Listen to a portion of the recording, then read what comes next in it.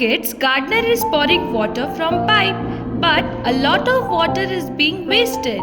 The kids are advising to use a water can for irrigation. Now a child came and opened the tap and ran away, leaving it open. No, no, no! And shut off the tap before leaving. Look everyone, teacher rode up on a scooter, wasting fuel.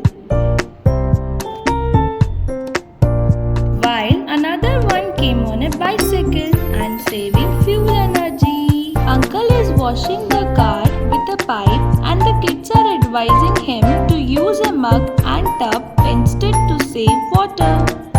The child drank the water and then threw the bottle away. The child is reducing waste by finishing the water. No, no, no!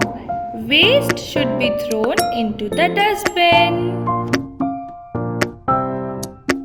The girl saw the waste material and thought, let's recycle this and give it a new use. She turned the bottle into a planter for new plant and properly disposed of the waste. The kids left the classroom and forgot to turn off the lights and fans.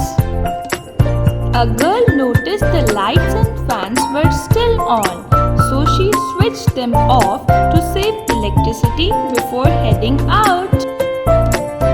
We can also utilize solar plants to save electricity.